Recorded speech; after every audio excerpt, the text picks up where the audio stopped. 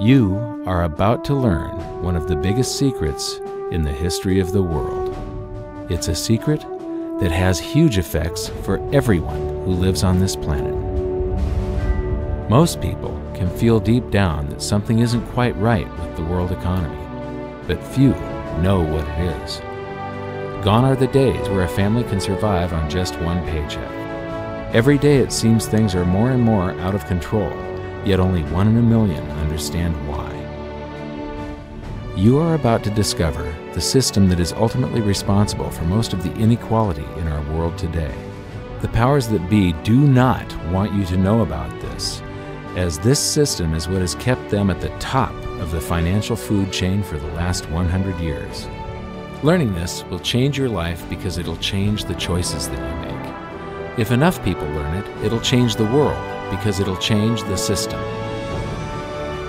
For this is the biggest hidden secret of money. Never in human history have so many been plundered by so few, and it's all accomplished through this, the biggest scam in the history of mankind.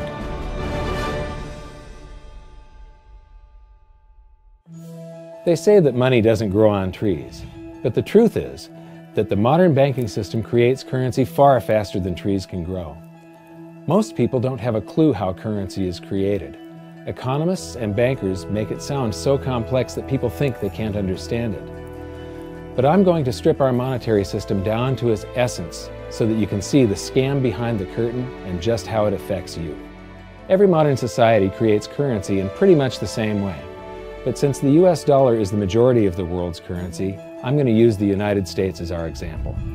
It all starts when some politician says, "Vote for me and I'll make sure the government provides you more free stuff than my opponent will." But there's no such thing as a free lunch. So to provide that supposedly free stuff, the politicians vote for the country to spend more than its income. This is called deficit spending. To pay for that deficit spending, the Treasury borrows currency by issuing a bond. So what's a bond? If you think about it, a bond is really nothing but a glorified IOU. It's a pretty piece of paper with numbers printed on it that says, "Loan me $1 trillion today, and I promise over a 10-year period I'm going to pay you back that $1 trillion plus interest." But what you need to understand is that Treasury bonds are our national debt. These glorified IOUs are to be paid back by you and I and our descendants through future taxation.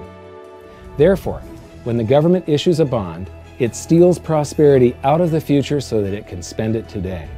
The Treasury then holds a bond auction, and the world's largest banks show up and compete to buy part of our national debt and make a profit on it by earning interest. You'll notice that as we move through this process, the big banks are there, taking a cut every step of the way. This isn't by chance, as you'll see shortly. Then, through a shell game called open market operations, the banks get to sell some of those bonds to the Federal Reserve at a profit. To pay for the bonds, the Federal Reserve opens up its big old checkbook and writes bad, bogus, counterfeit checks that should bounce because they're drawn on an account that always has a zero balance. There isn't 1 penny in there. To quote from the Boston Federal Reserve, "When you or I write a check, there must be sufficient funds in our account to cover that check. But when the Federal Reserve writes a check, there is no bank deposit on which that check is drawn. When the Federal Reserve writes a check, it is creating money." The Fed then hands those checks to the banks, and at this point, currency springs into existence. The banks then take that currency and buy more bonds at the next Treasury auction. But what is a check? A check is also an IOU. When you write a check, you're making a note that says, "Here's my IOU for cash. All you have to do is go to the bank and pick it up." Now, it's very, very important that you understand this process because we're going to come back later and show you the devastating effect this has on you. The Treasury issues IOUs, bonds. The banks then buy those IOUs with currency. The Federal Reserve then writes IOUs, checks, and hands them to the banks in exchange for the Treasury's IOUs, the bonds. And currency is created. So what's really happening is the Federal Reserve and the Treasury are just swapping IOUs, using the banks as middlemen, and abracadabra, presto, currency magically springs into existence. This process repeats and repeats over and over again, enriching the banks and indebting the public by raising the national debt. The end result is that there's a buildup of bonds at the Federal Reserve, and currency at the Treasury. This process is also where all paper currency comes from. The Federal Reserve and the government mistakenly call it base money because they didn't watch episode 1 of this series and they don't know the difference between money and currency.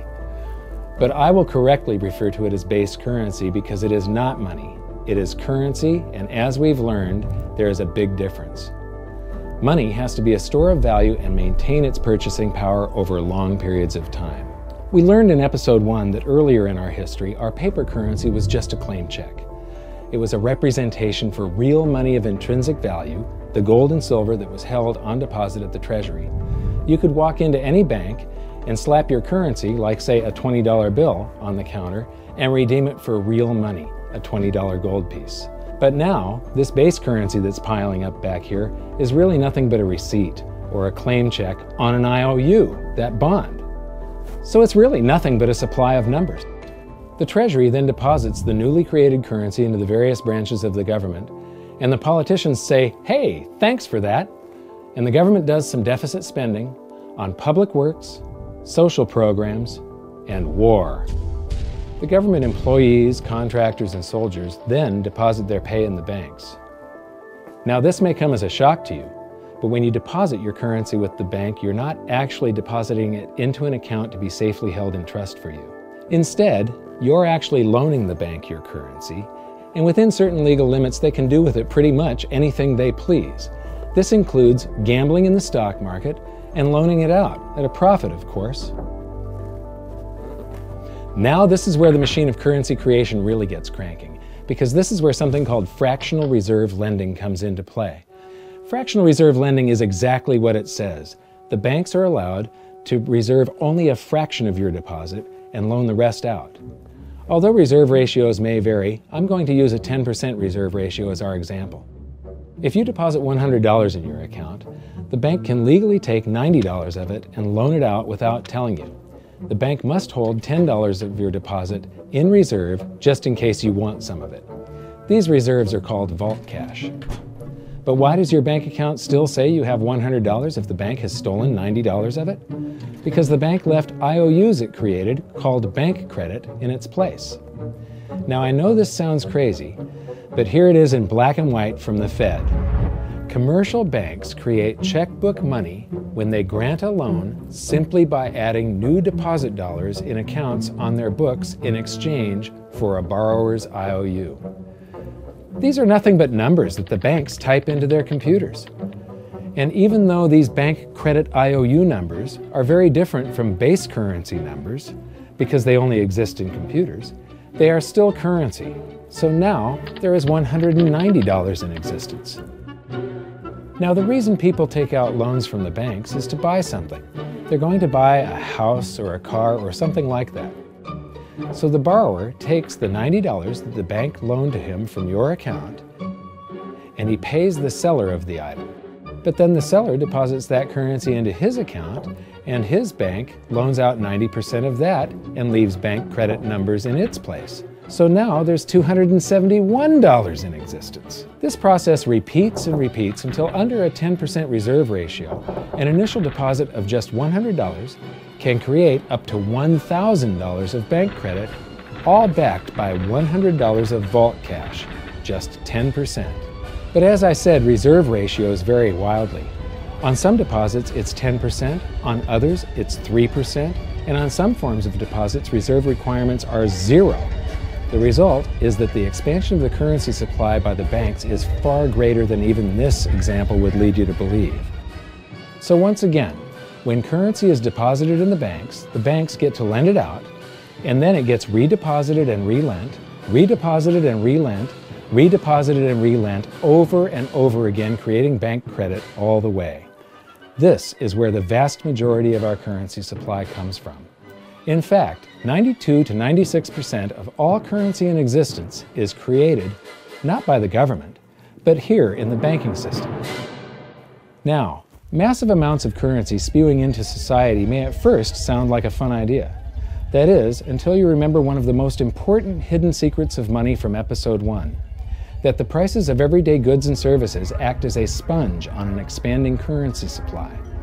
The more currency we have, the more prices rise. This is where inflation comes from. The true definition of inflation is an expansion of the currency supply. Rising prices are merely the symptom. So our entire currency supply is nothing but a couple of bucks whipped up in this hocus-pocus scam where the Treasury and the Federal Reserve swap glorified IOUs, and a bunch of numbers that the banks just type into their computers. That's it. That's our entire currency supply. It's nothing but a supply of numbers. Some of them printed, most of them typed, and there is nothing else. But if you thought that was crazy, get ready to enter the twilight zone of modern economics. We work for some of that currency supply. True wealth is your time, but we trade away moments of our lives, hour by hour, day by day, and year by year, for numbers that somebody printed on pieces of paper or just typed into a computer. Now those numbers represent our blood, sweat, tears, labor, ideas, and talent. We are what gives the currency its value. But here comes the really cruel joke. We work hard so that we can save some of that currency, so that we can pay the tax collector. In the United States, it's known as the IRS.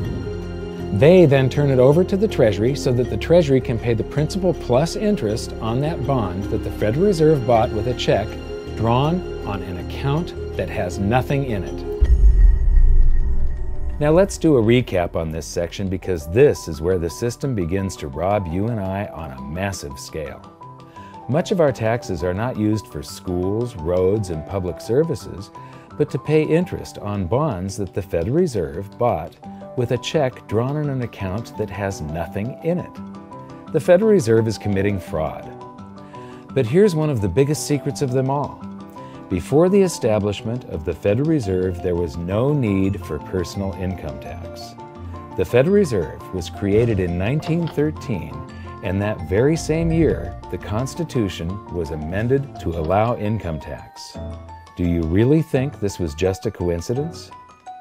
Ask yourself how much income tax you've paid over your lifetime. Much of it has been silently siphoned away into the hands of those who own the system. Yes, this system has owners. Who they are is an even bigger secret that we'll get to shortly. But first, we need to understand the mumbo-jumbo of the so-called debt ceiling. It's all based on a huge paradox. There was interest due on that bond, and there was interest due on every one of those loans that the banks made. That means that there is interest due on every dollar in existence. Let me ask you something. If you borrow the very first dollar into existence, and that's the only dollar that exists on the planet, but you promise to pay it back plus another dollar's worth of interest, where do you get the second dollar to pay the interest? The answer is that you have to borrow that one into existence and promise to pay it back with interest as well. So now there are $2 in existence, but you owe $4, and so on and so on. The result is there's never enough currency to pay the debt. There is always more debt in the system than there is currency in existence to pay the debt. Therefore, the whole system is impossible. It is finite. It will come to an end one day. What would happen if the government stopped borrowing to do deficit spending? Are the payments on those treasury bonds going to stop? What would happen if the public stopped borrowing and going deeper into debt? Are your house and car payments going to stop? No. There is a payment due every month on the principal plus the interest on every dollar in existence, and those payments do not stop. If we stop borrowing, then no new currency is created to replace the currency that we used to make those payments. Whether you're making a payment on a loan or paying tax to make a payment on a bond, the portion of the payment that goes to pay off the principal extinguishes that portion of the debt. But the debt also extinguishes the currency. Currency and debt are like matter and antimatter. When they meet, they annihilate each other. If we just pay off the principal only on all the loans and bonds that exist, the entire currency supply just vanishes. So if we don't go deeper into debt every year, look what happens. The whole thing goes into a deflationary collapse under the weight of those payments. Politicians and pundits alike talk about balancing the budget, paying down the debt, and living within our means. They don't understand that that is deflationary. It is impossible to do under our current monetary system without collapsing the whole economy. This is why any talk of a debt ceiling is not only ridiculous, It's delusional. The system is designed to require ever-increasing levels of debt just to continue. And that's why politicians will always kick the can down the road and raise this so-called debt ceiling over and over again until the whole system finally collapses under its own weight. In other words, they don't want it to collapse on their watch. The Founding Fathers of the United States knew the dangers of central banking and fought to free themselves from this very thing. The Revolutionary War started out as a tax revolt, but now we must pay tax just to have a monetary system. Having just suffered through the hyperinflation of the continental dollar, which was printed into oblivion to finance the Revolutionary War, they understood the dangers of fiat currency and debt-based monetary systems.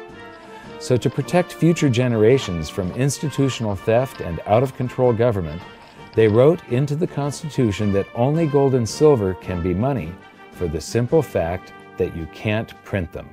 Our current system is not only unconstitutional, but it robs us of the liberty and prosperity our forefathers fought and died for. We are all feeling the effects of ignoring the Constitution right now. By forcing more currency into circulation, our purchasing power is diluted. Inflation is a slow and insidious stealth tax that is simply the result of this debt-based monetary system. This system empowers and benefits those who create the currency and receive it first, as they get to spend it into circulation before it has an effect on the economy. They're stealing purchasing power from you and transferring it to the banks and the government every hour of every day because of this false monetary system. And it's not like the people at the top don't know this. To quote the Federal Reserve, the decrease in purchasing power incurred by the holders of money due to inflation imparts gains to the issuers of money. This is a fraud. It is a pyramid scheme, it is a Ponzi scheme, it's a scam, and it's a lie. Our entire monetary system is nothing but a form of legalized theft. But here's the biggest con job of them all. The Federal Reserve is not federal, it has stockholders. There is no federal agency that has stockholders. What's a stockholder? A share of stock represents a percentage of ownership in a corporation. So the stockholders are the owners of that corporation. Therefore, the Federal Reserve is a private corporation with owners. And you can see it for yourself if you go to the Federal Reserve's website, and it will say, the stockholders receive an annual dividend of 6%. Now we know that the stock in the Federal Reserve was originally issued to the largest banks in the United States. But because of mergers and acquisitions through the years, you can't actually trace who owns the stock in the Federal Reserve. That's a very closely guarded secret. My guess would be that the owners are those primary dealers, the banks that get to make a profit by selling part of our national debt, those bonds, to the Federal Reserve, who buys them with a check from nothing. Then we pay tax to pay the principal and the interest on those bonds so that the Federal Reserve can pay the banks a 6% dividend. Don't be alarmed if you don't quite comprehend the deception of this system at first glance. Very few people do. It is purposely complex. The economist John Maynard Keynes once wrote, "By this means, government may secretly and unobserved confiscate the wealth of the people, and not one man in a million will detect the theft." I believe that presented correctly, anyone can understand this system, regardless of how complex it is. So let's do a recap and break it down even more. The way the system works is that, step 1, the government creates glorified IOUs. These bonds increase our national debt and put the public on the hook to pay it back. Step 2, IOUs are swapped to create currency. The Treasury sells the bonds to the banks. The banks then turn around and sell our national debt at a profit to the Federal Reserve, which they probably own. The Federal Reserve then opens its checkbook that doesn't have a penny in it and buys those IOUs with IOUs that it writes, checks, on a checking account that has a zero balance. Then they give those checks to the banks and currency just springs into existence, and then the whole process repeats. This results in a buildup of bonds at the Federal Reserve and currency at the Treasury, which is really just a supply of numbers. The Treasury then deposits the numbers in the various branches of the government, and we get to step 3. The government spends the numbers on promises, public works, social programs, and war. Then the government employees, contractors, and soldiers deposit their pay into the banks. And we get to step 4, where the banks multiply the numbers by magically inventing more IOUs through fractional reserve lending, where they steal a portion of everyone's deposit and lend it out. That currency gets redeposited, and then a portion is stolen again. And the process repeats over and over, magnifying the currency supply exponentially. Then we work for some of those numbers, which brings us to step 5, where our numbers are taxed. We pay tax to the IRS, who then turns our numbers over to the Treasury, so the Treasury can pay the principal plus the interest on bonds that were purchased by the Federal Reserve with a check from nothing. Then we get to step 6, the debt ceiling delusion. The system is designed to require ever-increasing levels of debt and will eventually collapse under its own weight because politicians always kick the can down the road. They don't want it to collapse on their watch. And finally, step 7, the secret owners take their cut. The world's largest banks own the Federal Reserve. Those banks make a profit selling our national debt to the Fed. They make a profit when the Fed pays them interest on the reserves held at the Fed, and the Fed pays them a 6% dividend on their ownership of the Fed. This system is fundamentally evil. It funnels wealth from the working population to the government and the banking sector. It is the cause of the artificial booms and busts of modern economies, and it causes great disparity of wealth between the rich and the working class. And it is only possible because we no longer use real money, we use currency. But worst of all, it is a form of enslavement. Bond is the root word of bondage. Whenever a government issues a bond, it is a promise to make us pay tax in the future.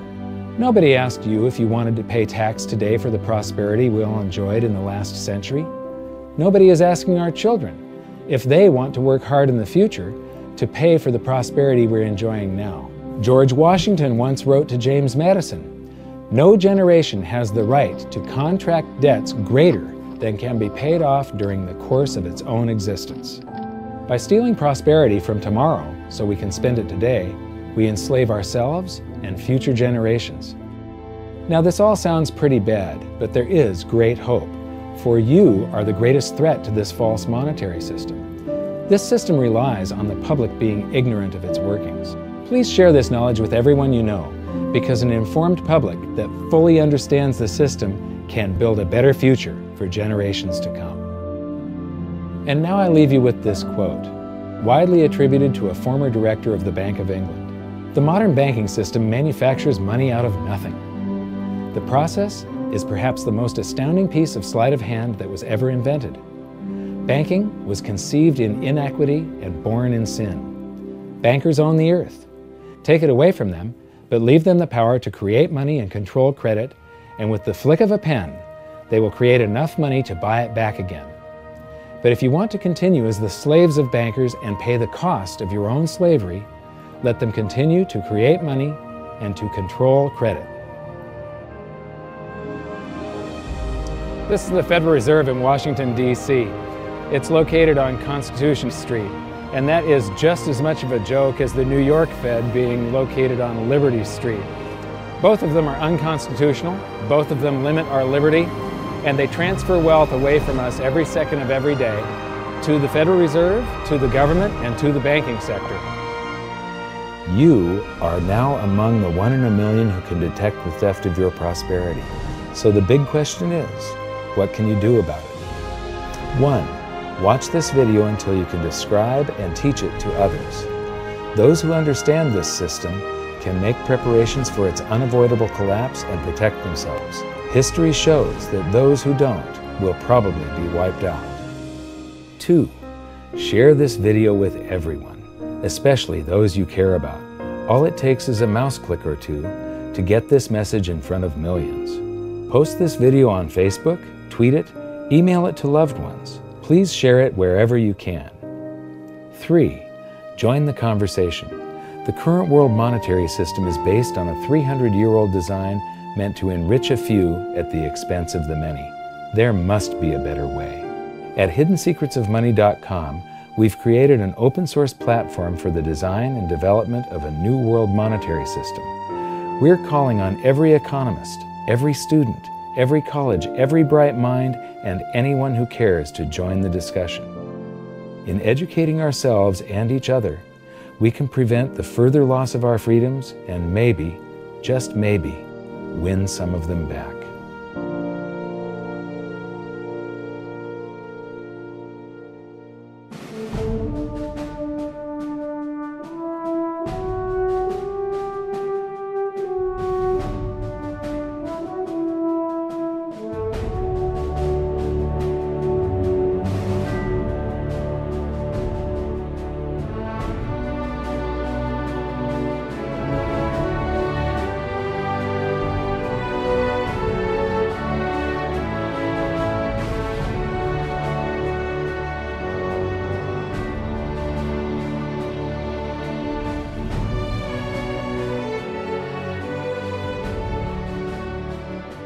I think your episode 4 is very beneficial, very helpful. It's going to introduce these ideas to a lot of people, and like I've just been talking about, we have to change people's mind, and the more they understand it, the better.